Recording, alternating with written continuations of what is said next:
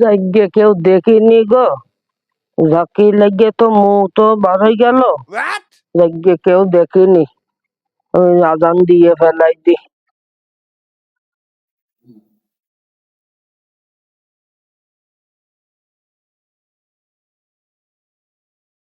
আল্লাহু আকবার, আল্লাহু আকবার। আহ, সেই থামাটা। এদিকে আয়। দিছে স্যার, সে ব্যাংকের থেকে টাকা তুলতে গেলাম, টাকা তুলি যাও। জি স্যার, তুলিস। সে টাকাগুলো দাও। তো স্যার, এটা হচ্ছে সোনালী, এটা হচ্ছে রূপালী, এটা হচ্ছে অগ্রণী, আচ্ছা স্যার, এটা হচ্ছে ধানি টাকা।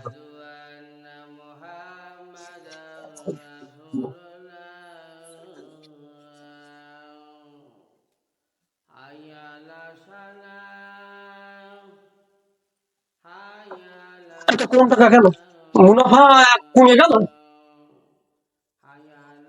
এভাবে তো সংসার চলবে না রে বাপু।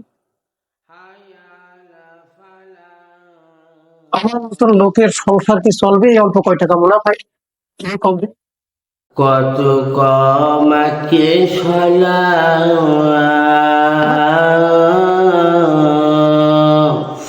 আল্লাহু আকবার, আল্লাহু আকবার, লা ইলাহা ইল্লাল্লাহ।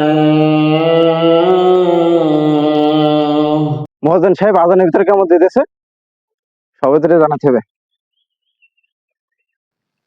কিরা ফোন দেবে? হ্যালো হ্যাঁ সভাপতি সাহেব, সেক্রেটারি সাহেব।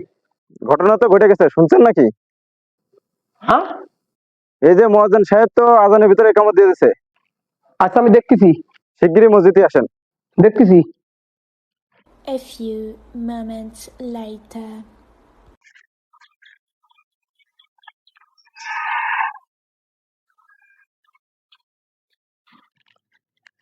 মুয়াজ্জিন কই রে?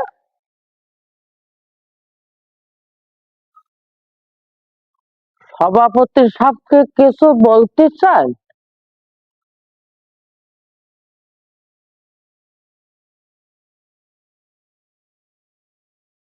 মুয়াজ্জিন সাহেব এদিকে আসেন।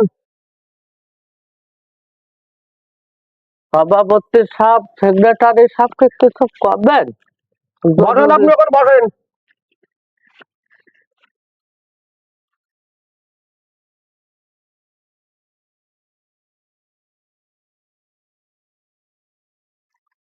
আমি তোমার জন্য প্রতিদিন এই নেড়া বাটাতে পারবো না। তোমার জন্য এই ঝামেলা আমি পোয়াতে পারবো না বাবু। কেন বাপু, আমি কি কোনো অন্যায় কাজ করেছি? এই যে আপনি আজানের ভিতরে কেমন দিচ্ছেন আর একামতের ভিতরে আজান দিচ্ছেন, এতে কি আমাদের নামাজ কবুল হচ্ছে? আমি তো ইউটিউব দেখে মুখস্থ করেছি, তাই আজানের মধ্যেই আকামত ঢুকে যাচ্ছে, আর আকামতের মধ্যে আজান ঢুকে যাচ্ছে। তুমি ইউটিউব দেখে শেখো আর যাই দেখে শেখো, তোমার আজানের মধ্যে ইকামত আর ইকামতের মধ্যে আজান দেবে কেন? তোমার নিয়ে আমি খুব বিপদে পড়লাম। ওই যে আমি চার দোকানে বসেছিলাম, তুমি আসলে আর কইলে কি যে তুমি একটা মুয়াজ্জেমি করে দাও, তোমার বিড়ি খরচ আমি দিবানি। তাই আমি তো রাজি হলাম। আর যদি ভালোটা চাও তাহলে তো তোমার জুয়ানটা রাখতে হইতে হয়। তা আমার নাই ছেলের কইলাম, তা ও তো 8,000 টাকার নিচে ও মুয়াজ্জেমি করবেন না। তা তোমরা তো সবাই সভাপতি সেক্রেটারিরা সবাই মিলে চাও কি যে অল্প টাকায় একটু ভল্প গাড়ি হোক, যাতে তেল বাদে ধাক্কা দিলেও চলে। তা আমি শিরাম, আমার এসে ভালো হবে না নে, বুঝলে? আমার সংসার ধর্ম নেই। মসজিদ তো মাস গেলে আমি পাই মাত্র তোমার 60,000 টাকা। 60,000 টাকার মধ্যে আমি সেক্রেটারি দিই 20,000 টাকা। আর 40,000 টাকা আমার কি হয়? ওর মধ্যে আমার ইমাম সাহেবের বেতন, মুয়াজ্জিনের বেতন, আমার আনুষঙ্গিক খরচ হয়। তোমার জন্য কি আমি আমার সংসার ধর্ম বাদ দিয়ে দেবো? তুমি তো কোনো কথা কম না। সভাপতি সাহেব, এলাকার মুসলিমরা তো এটা নিয়ে আলোচনা করতেছে, তো এটা একটা বিদ করেন। দেখি নামাজের পরে বসলে দেখি কি করা যায়। হ্যাঁ যাই হোক, কিছু একটা করেন, মহাজনের কিছু একটা করেন। আসুন আমরা সকলে সচেতন হই, অযোগ্য লোককে যোগ্য স্থানে না বসাই।